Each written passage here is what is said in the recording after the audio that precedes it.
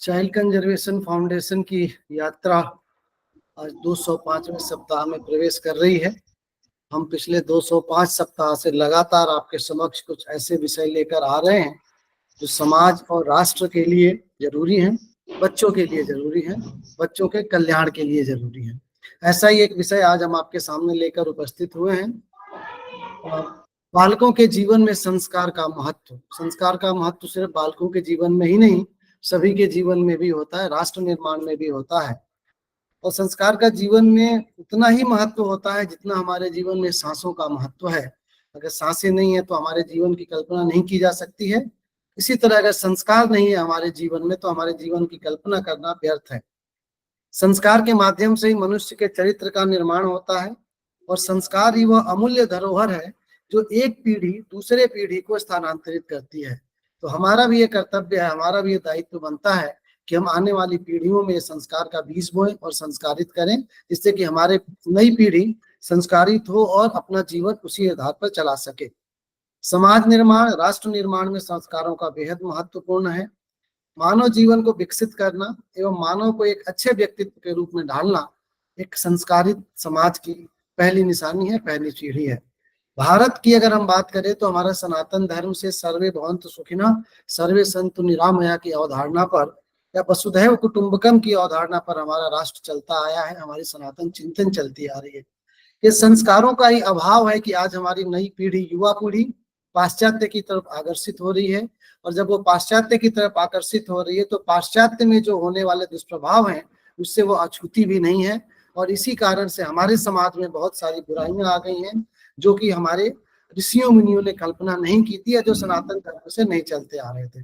तो वास्तव में हमारे जीवन में संस्कारों का क्या महत्व है या बालकों के जीवन में संस्कारों का क्या महत्व है, इस पर बातचीत करने के लिए, डिटेल में बातचीत करने के लिए आज हमारा सौभाग्य है कि हमारे साथ एक बहुत ही पूजनीय संत के रूप में आदरणीय विनय भैया जुड़े हुए हैं। आपका बहुत बहुत स्वागत है विनय भैया। विनय भैया विद्यासागर जी महाराज साहब के शिष्य हैं। आप बच्चों की शिक्षा और संस्कार के लिए आपने अपना पूरा जीवन समर्पित कर दिया है। राजीव दीक्षित जी के साथ स्वदेशी आंदोलन में आपने बहुत लंबा समय तक अपना काम किया है। स्वदेश और स्वदेशी प्रचारक के रूप में अंतर्राष्ट्रीय स्तर पर आप अभी भी कार्य कर रहे हैं। आपका मानना है कि लोग हमें जाने, उससे ज्यादा महत्वपूर्ण बात है कि लोग हमारे काम को जाने, हमारे कार्यों को जाने। और वास्तव में इस तरह की अवधारणा रखने वाला मनुष्य एक संत की श्रेणी में आता है जो अपने नाम से नहीं अपने काम से जाना जाता है। आपका बहुत बहुत स्वागत है भाई साहब। आपसे आग्रह करूंगा कि आज का जो हमारा विषय है बालकों में संस्कार की भूमिका या संस्कार का महत्व, उस पर अपनी बात रखें। विनय जी भाई साहब। नमस्कार सभी को, वंदे मातरम। चूंकि यह समूह, जैसा मैं परिचय में मैंने जाना है कि बुद्धिजीवी लोगों का समूह है, इसलिए मुझे जो विषय रखना है, जो मेरे मस्तिष्क में आया है, वो थोड़ा सा अलग होगा। बात संस्कारों की हुई है, लेकिन ये सभी जानते हैं, जो आपने भूमिका में कहा है कि संस्कार किस तरफ जा रहे हैं, वर्तमान पीढ़ी किस तरफ जा रही है, इसके लिए किसको जिम्मेदार ठहराएं, माता पिता को ठहराएं, समाज को ठहराएं या राजनीतिक वर्ग को ठहराएं, शासन की योजनाओं को ठहराएं, किसको ठहराएं, इस पर यदि हम ज्यादा जाएंगे तो हो सकता है कि हम लोग आपस में उलझनों से ग्रसित हो जाएं। लेकिन आजादी बचाओ आंदोलन के कार्यकर्ता के रूप में जब मैं आंदोलन से जुड़ा हुआ था तो उस समय मैंने बहुत सारी चीजों को देखा, बहुत सारे विषयों का अध्ययन किया। माने धर्मपाल जी के पास रहकर जिन दस्तावेजों का हमने अध्ययन किया, सेवाग्राम वर्धा में भी जाकर के कई सारी चीजों का अध्ययन किया, उसके आधार पर कुछ और ही चीजें निकल करके सामने आती हैं। हम सभी को थोड़ा सा इतिहास की तरफ दृष्टि डालनी पड़ेगी और जब तक हमें ये पता नहीं चलेगा कि किस तरह से इस संस्कारित भारत को विकृत भारत के रूप में परिवर्तित किया गया है, तब तक हम मूल पर नहीं जा पाएंगे। क्योंकि जो गलतियां पहले हुई हैं वो गलतियां अभी लगातार दोहराई ही जा रही हैं। उन गलतियों को सुधारने का प्रयास नहीं है, बल्कि वो कई गुना ज्यादा होकर के लौट लौट करके आ रही हैं। इसलिए आवश्यक है कि हम जड़ पर पहुंचे, जहां से इसकी शुरुआत हुई है, जहां से ये बुराई शुरू हुई है, वहां पर हमको पहुंचना आवश्यक है। एक छोटी सी कहानी से बात शुरू करूंगा। एक राजा अपने राज्य में बहुत ही आनंद के साथ राज्य का संचालन करता था। प्रजा बहुत खुश थी, राजा भी बहुत खुश था। सबको न्याय मिलता था, सबको रोजगार मिलता था, सभी के पास खुशहाली थी, किसी तरह की कोई कमी राज्य में नहीं थी। तो उसकी चर्चाएं भी जगह जगह होती थी, और जहां खुशहाली होती है वहां संपन्नता होती है, ये प्रकृति का नियम है। तो संपन्नता में भी कोई कमी नहीं थी। एक दिन जब वो राज्यसभा में बैठा था तो कोई विदेशी व्यक्ति वहां पहुंचता है, प्रणाम करता है, और उससे जब राजा पूछते हैं कि आप कहां से आए हो और क्यों आए हो, तो बताता है कि मैं 7 समुंदर पार से आपकी प्रशंसा सुन करके आ रहा हूं। इतनी दूर तक आपकी ख्याति फैल गई है क्योंकि आप इतनी सुचारू रूप से अपनी शासन व्यवस्था को चला रहे हैं। राजा को लगा कि ठीक बात है, अच्छे लोगों का प्रचार होता है तो हो सकता है हमारी योजनाओं का, हमारे कार्यों का भी वहां तक संदेश गया हो। राजा बड़ा प्रसन्न हुआ। उसने कहा कि महाराज, आपकी जो शिक्षाएं हैं, योजनाएं हैं और आपकी जो ख्याति है वो अभी एक सीमित दायरे में है, आपके राज्य तक सिमटी हुई है। तो ऐसा कुछ होना चाहिए कि ये यहां से निकल करके देश दुनिया तक पहुंचे और इसका लाभ पूरी दुनिया को मिले। क्योंकि हमारा देश हमेशा से उदार वृत्ति का रहा है, तो राजा ने सोचा कि चलो अच्छी बात है, यदि कोई अच्छी चीज और लोगों के काम में आती है तो हमें क्या बुराई है। उसने कहा ठीक है, बताइए उसके लिए क्या करना होगा। तो उसने कहा कि आपको अपना व्यक्तित्व थोड़ा सा विकसित करना होगा, आपको उदारीकरण थोड़े से वैश्विक पटल पे जाके करना होगा, और आप ऐसा कीजिए, अपने राज्य का वैश्वीकरण कर लीजिए, ग्लोबलाइजेशन की तरफ बढ़िए आप। उसके लिए क्या करना है? बस कुछ नहीं करना है। कोई आपको, आपकी पहचान जो बने वो किसी एक राज्य के रूप में ना बने, इसलिए कुछ छोटी छोटी चीजें चेंज करना पड़ेगी, और मैं उसके लिए आपको कुछ दिव्य चीजें गिफ्ट करूंगा जिनको आप धारण करेंगे, पहनेंगे, तो उसके बाद में आप ग्लोबल लेवल पर पहचाने जाएंगे। उसने कहा ठीक है, बताइए। तो वो कहने लगा नहीं, 1 महीने का समय दीजिए, हम 1 महीने बाद ही ये चीजें आपको बता सकते हैं। 1 महीने का समय बीत गया। 1 महीने बाद चूंकि पूरे राज्य में बहुत जम के चर्चा हो गई थी कि राजा का वैश्वीकरण होने वाला है, हमारा राजा पूरी दुनिया का सरताज बनने वाला है, हमारा राजा पूरे विश्व का नेतृत्व करने वाला है, और उसकी चर्चाएं पूरी देश दुनिया में हो रही हैं। जगह जगह मंचों पे बुलाया जाने वाला है, उनको सम्मानित किया जाने वाला है, बड़े बड़े अवार्ड दिए जाने वाले हैं। बस थोड़ा चेंज करना है, और क्या चेंज करना है, उसके लिए 7 समुंदर पार से एक व्यक्ति आया है, और वो कुछ दिव्य चीजें हमारे राजा को गिफ्ट करने वाला है। नियत समय पर राजसभा लगी, और वो एक बॉक्स लेकर के विदेशी व्यक्ति वहां पहुंचता है।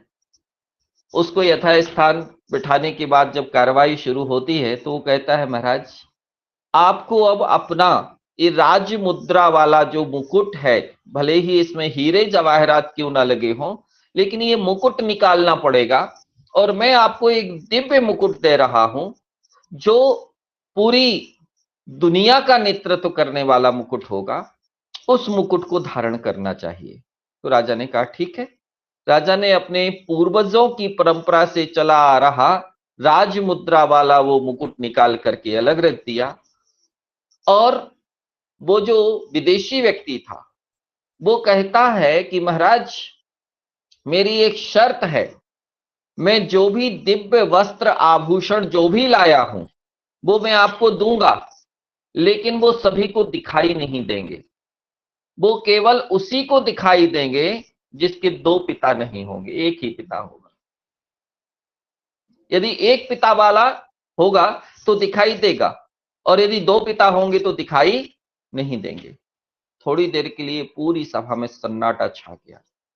सबको अपनी पीढ़ियों पर, पुरानी पीढ़ियों पर थोड़ी देर के लिए शंका की सुई घूम गई, और दिमाग में आया कि चलो इसी बहाने परीक्षा भी हो जाएगी। यदि हमें कुछ दिख रहा होगा तो समझ लेंगे कि सब ठीक ठाक है। इस तरह का एक विचार उसने डाल दिया जो सबको भ्रमित कर गया, कुछ पलों में ही भ्रमित कर गया।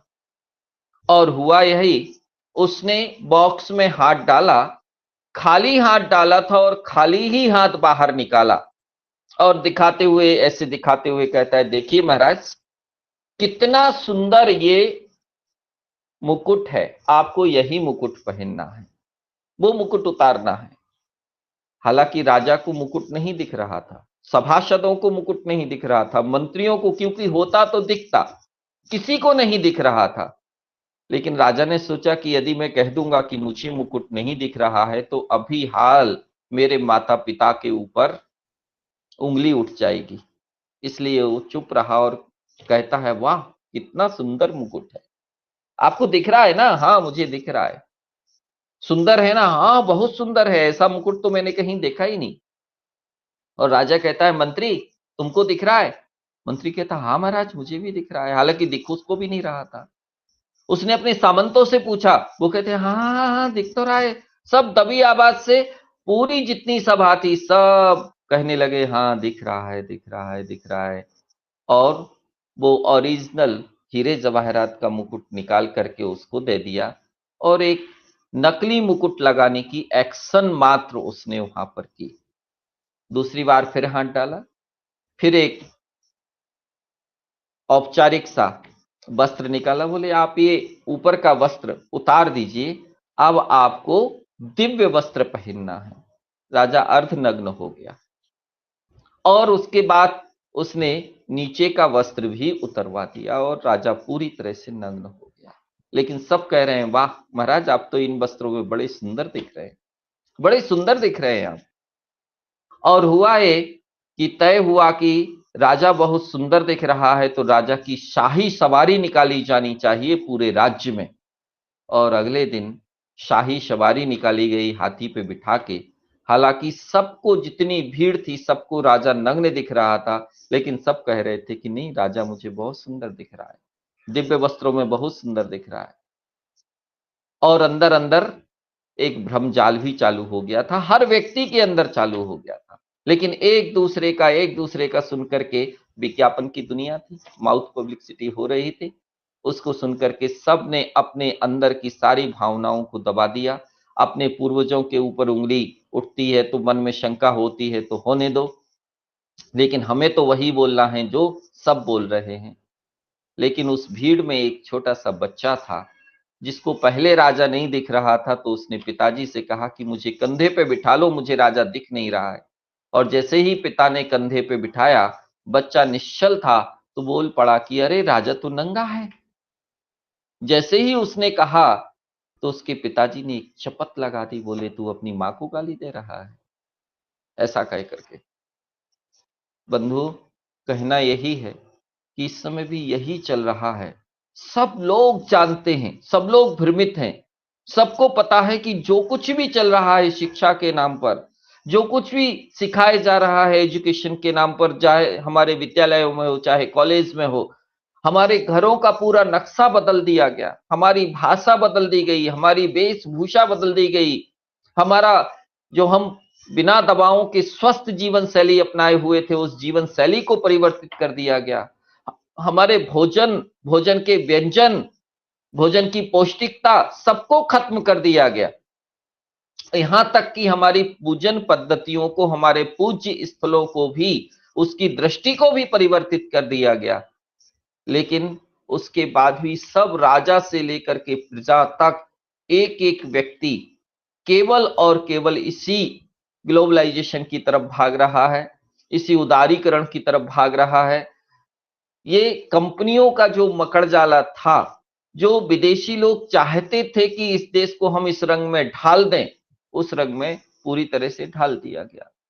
यहाँ पर अधिकांश अधिवक्ता गण हैं।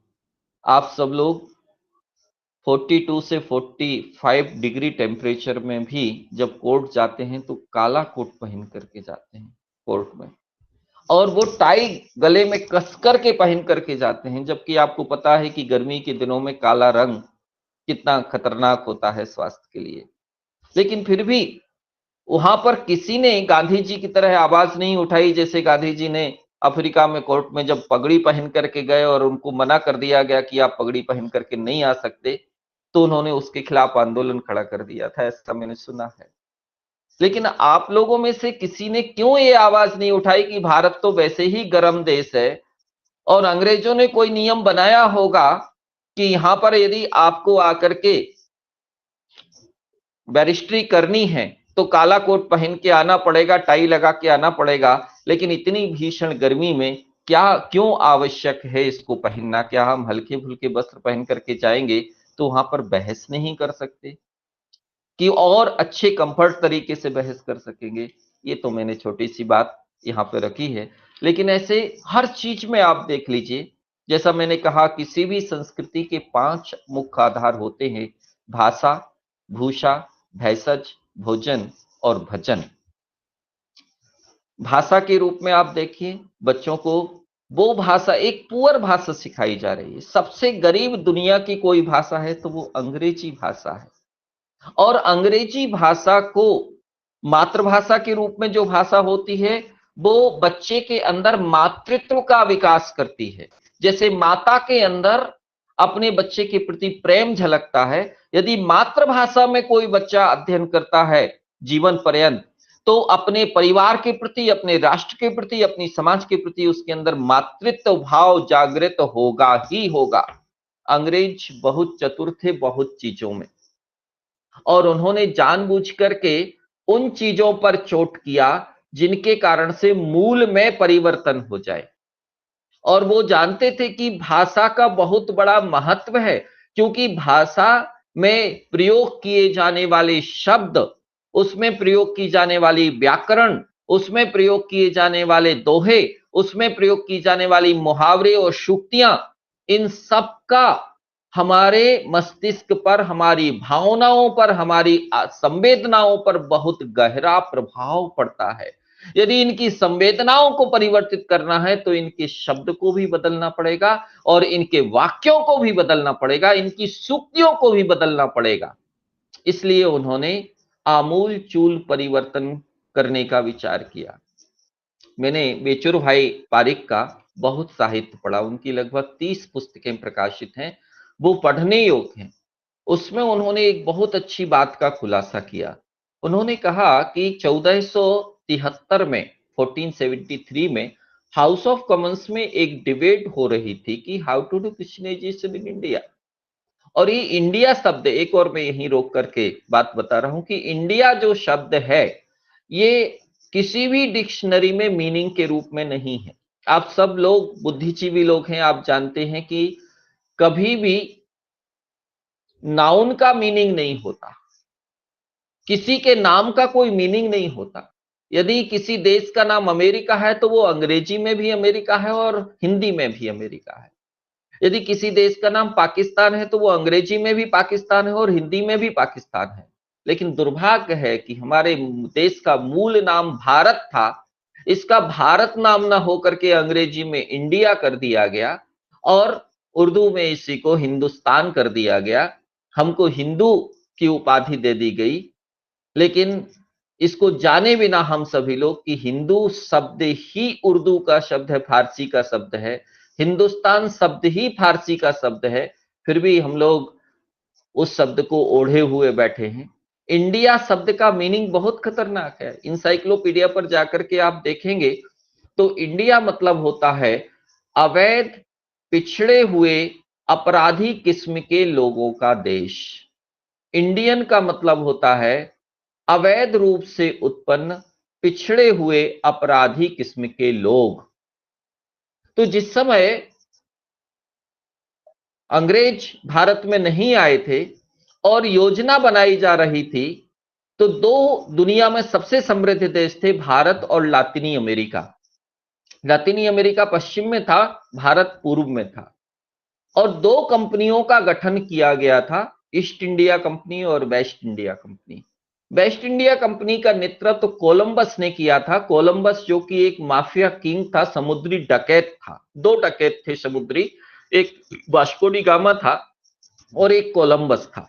कोलंबस को वेस्ट इंडिया कंपनी बना करके लातिनी अमेरिका की तरफ भेजा गया समुद्री रास्ते से, और ये कहा गया कि तुमको लातिनी अमेरिका को लूटना है।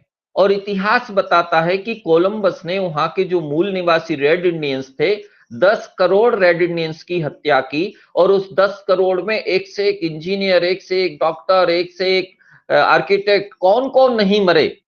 इसी तरह से वास्को डी गामा भारत आया। भारत की परिस्थितियां दूसरी थी। यहां पर वो शक्ति से नहीं निपट सकता था, क्योंकि भारत बहुत ही शक्तिशाली देश था, चाहे सैन्य बल में हो, चाहे धन बल में हो, चाहे ज्ञान बल में हो, और चाहे धर्म बल में हो। हर तरह से ये देश शक्तिशाली था। तो वास्को डी गामा ने यहां पर व्यापार की नीति, मित्रता की नीति अपनाई। जिस तरह से वो एक विदेशी आया था, उसी तरह वास्को डी गामा भी हमारा प्रशंसक बन करके आया, और आकर के उसने झामोरिन की राज्यसभा में जाकर के, उस समय कालीकट का जो राजा था झामोरिन, झामोरिन की बड़ी प्रशंसा की और झामोरिन से मित्रता स्थापित कर ली, केवल चापलूसी करके। और आपको आश्चर्य होगा कि अंत में झामोरिन को इसी वास्को डी गामा ने हत्या करवाई, और जिस समय हत्या की जा रही थी उस समय वास्को डी गामा वहां मौजूद था। ये माननीय धर्मपाल जी के दस्तावेजों से उल्लेखित होता है।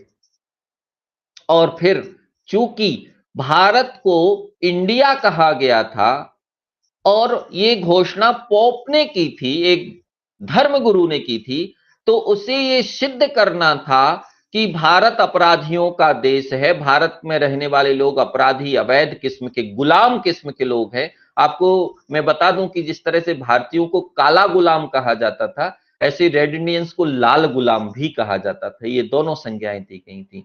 तो चूंकि हमें अपराधी घोषित करना था, तो हमारे यहाँ आपराधिक प्रवृत्तियों का होना बहुत आवश्यक था। इसलिए शिक्षा पद्धति को, हमारे संस्कारों को, हमारी संस्कृतियों को, हमारे खान पान को इस तरह से परिवर्तित किया जाना था, जिससे कि हमारे यहाँ की पीढ़ियां, हमारे यहाँ का युवा वर्ग, हमारे यहाँ की बाल पीढ़ियां, ये सब आपराधिक प्रवृत्तियों में संलग्न हो।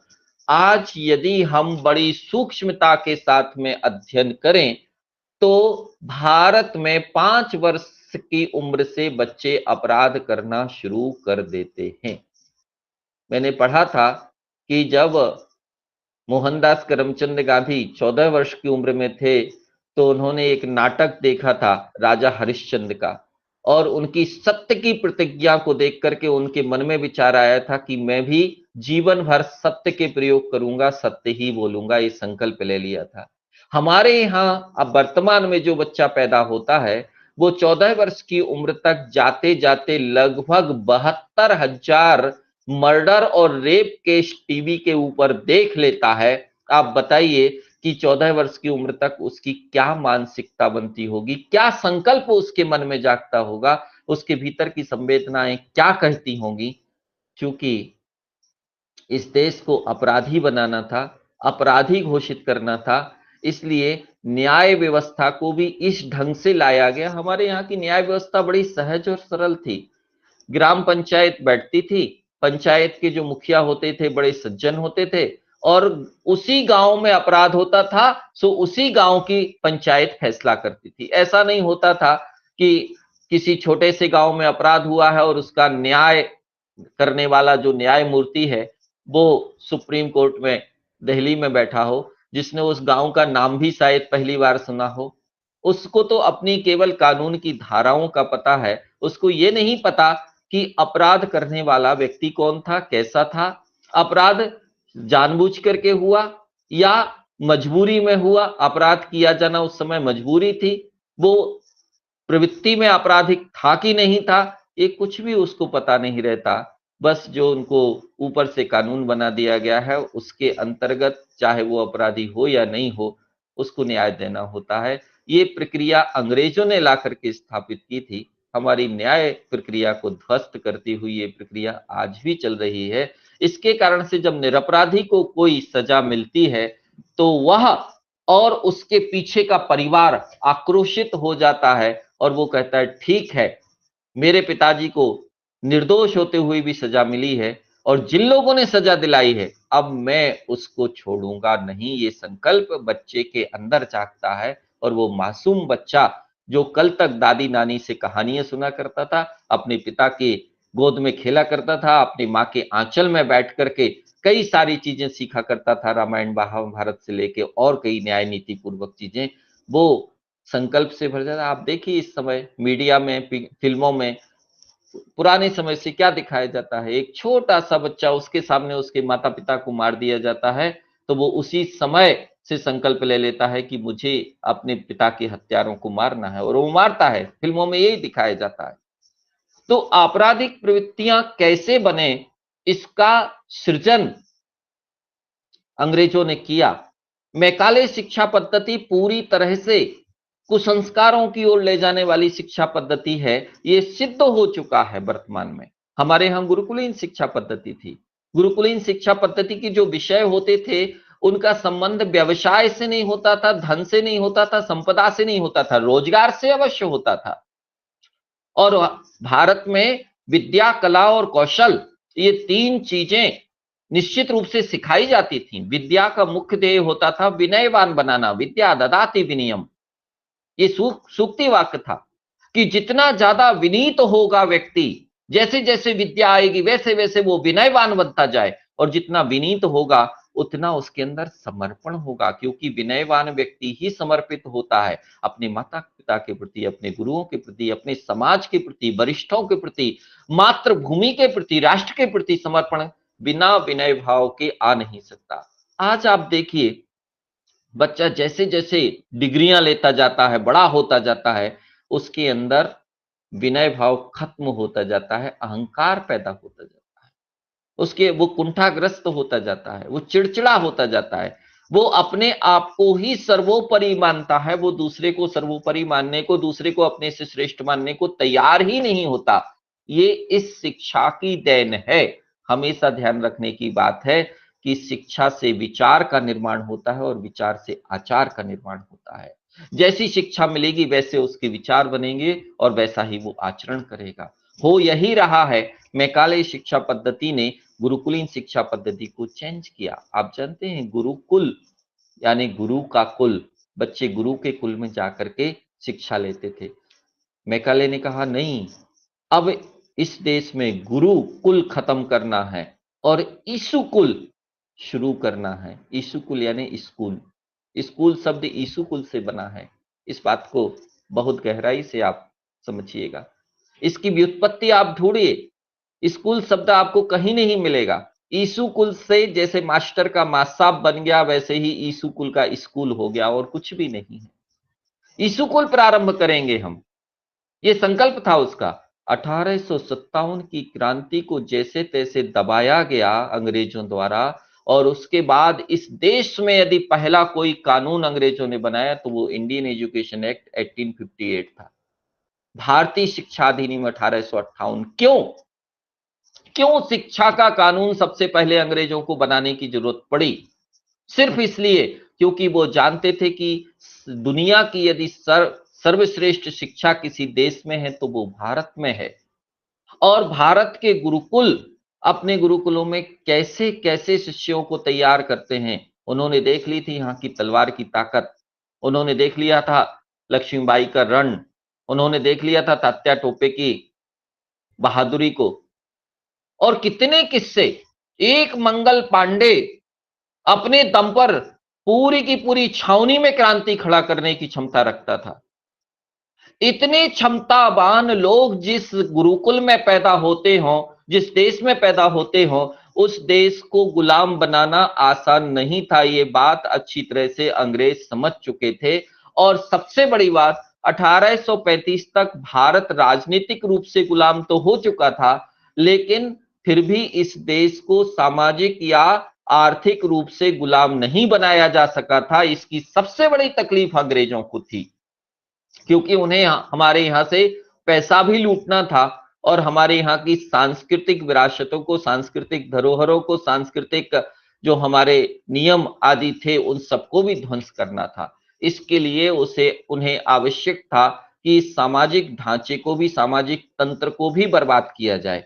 हमारे देश की जो अंग्रेजों के पहले की व्यवस्था थी उसमें शिक्षा, चिकित्सा, रोजगार और सामाजिक संबंध यानी वैवाहिक संबंध जो होते थे, ये सारे के सारे समाज के अधीन थे। इसमें राज्य का हस्तक्षेप कतई नहीं होता था।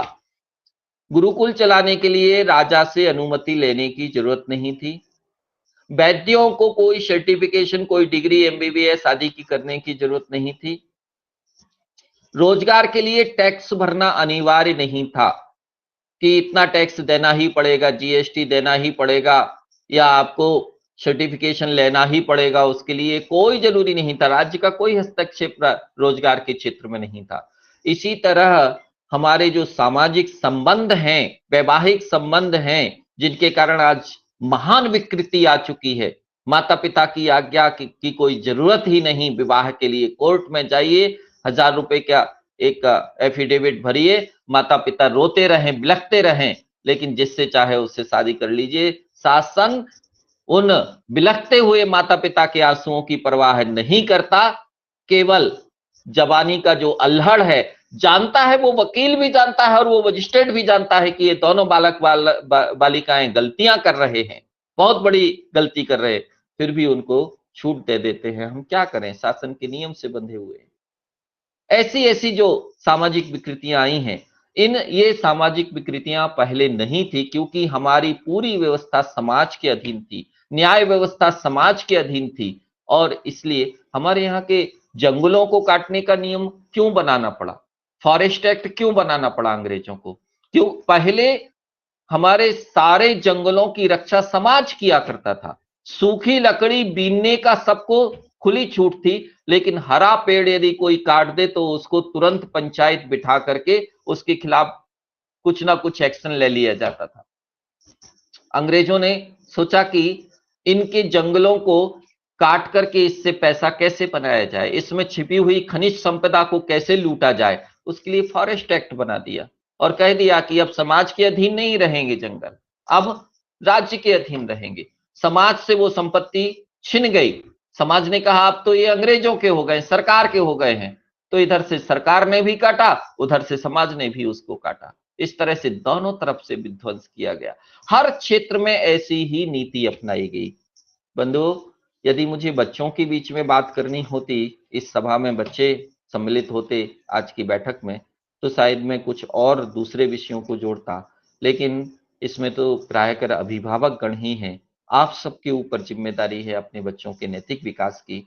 मैं आपसे आग्रह करूंगा कि यदि संस्कार की जो आप बात कर रहे हैं, आप हम कितने भी प्रयास कर लें, आप अपने बच्चों को खूब सत्संग में ले जाएं, आप अपने बच्चों को खूब मंदिर ले जाके उनसे पूजन अभिषेक सब कुछ करवाएं, उनके हाथ से लाखों रुपए का दान करवा दें, कुछ नहीं होने वाला इस सबसे।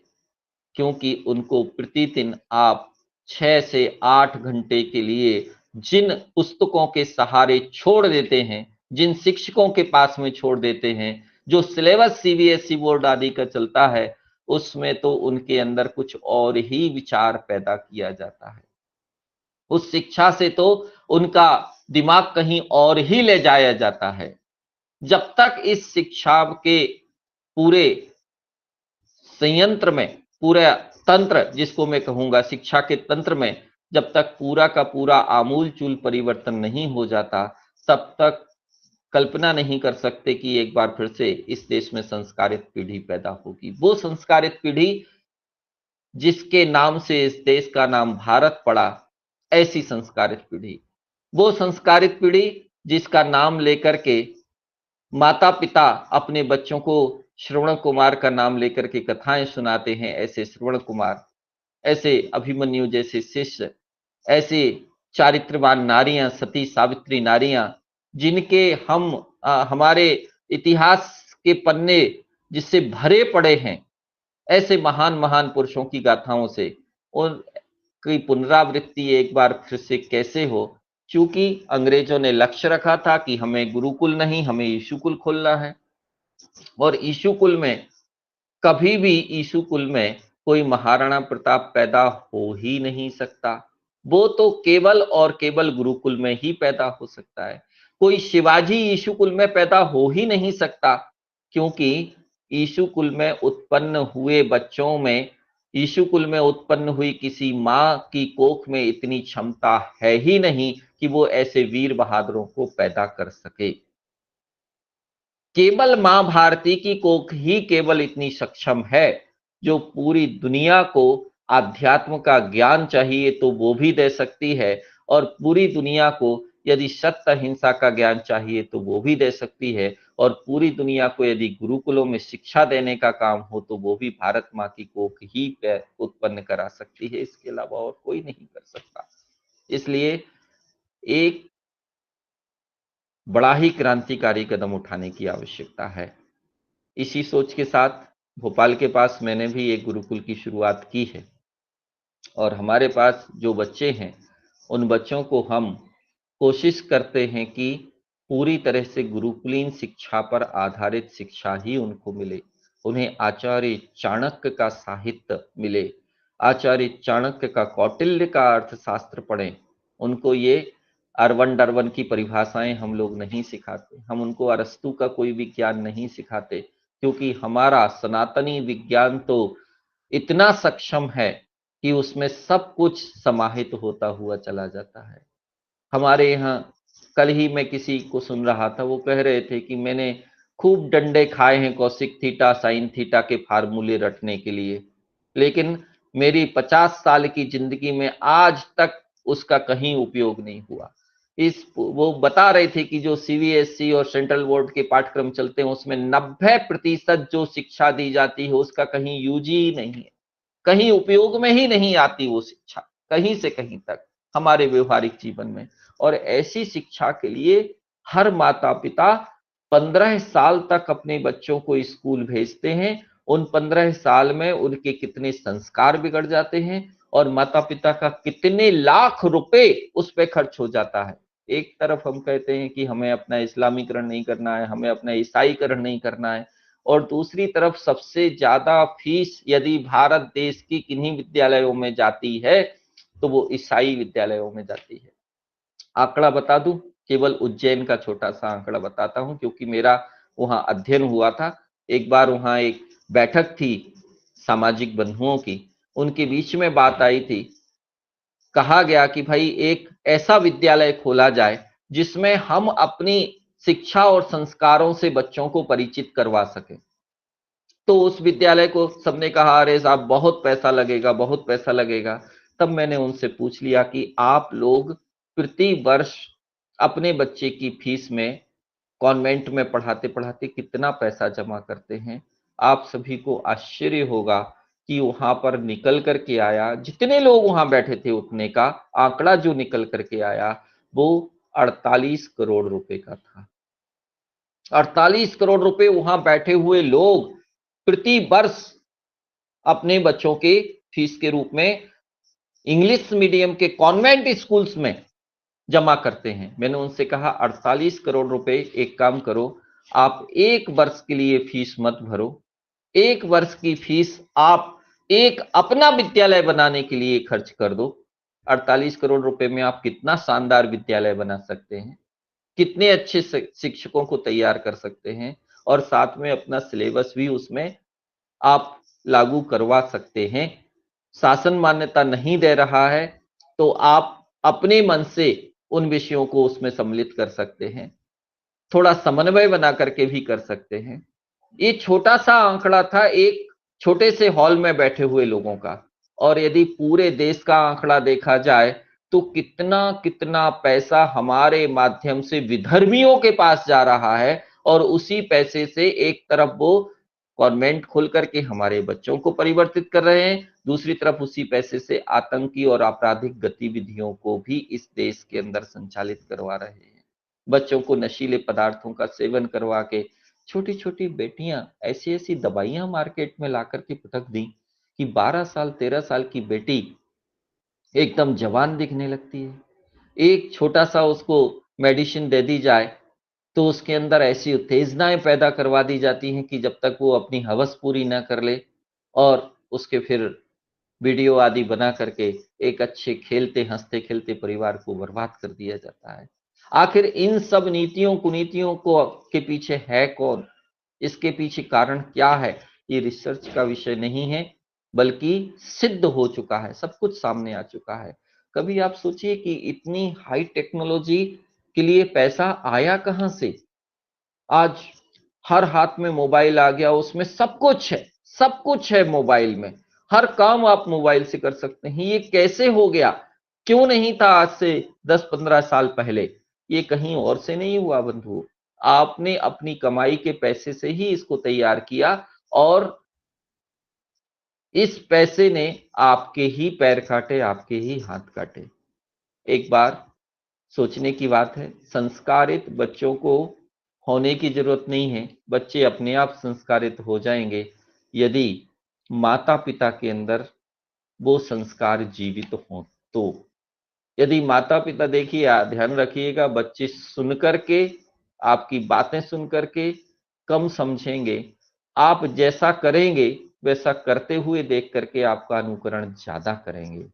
यदि पिताजी मुंह में तमाकू भर के बच्चे से कहेंगे पिचकारी छोड़ते हुए कि बेटा तू कभी तमाकू मत खाना, तो बच्चा डर के कारण तो कह देगा नहीं खाऊंगा, लेकिन उसके अंदर ये प्रश्न जरूर उठेगा कि जब मुझे नहीं खाना है तो तुम क्यों खा रहे हो? कुछ तो बात होगी इसमें। यदि हमारी किसी बात पर आप लोगों ने सच्चे मन से गौर किया है तो मुझे विश्वास है कि आज की इस बैठक से कुछ ना कुछ हल निकलेगा। यदि किसी की कोई प्रश्न या जिज्ञासा वाली बात हो तो वो रख सकते हैं, मैं समाधान के लिए तैयार हूँ। मैं अपनी बात को अभी यहीं विराम दे रहा हूँ, लेकिन अभी बात शुरू हुई है, अभी खत्म नहीं हो सकती। धन्यवाद, आप सभी ने मुझे बुलाया, सुना, उसके लिए मैं आप सबका आभारी हूँ। एक बहुत बार बहुत सभी को धन्यवाद। आमंत्रण, सभी महानुभावों को आमंत्रण कि एक बार हमारे गुरुकुल का निरीक्षण करने अवश्य आइए। देखिए हम लोग विद्या, कला और कौशल, इन तीनों चीजों में बच्चों को किस तरह से निपुण कर रहे हैं। धन्यवाद जी, बहुत धन्यवाद भाई साहब, आपने आंखें खोलने वाली बातें जो हम सभी के समक्ष रखी है।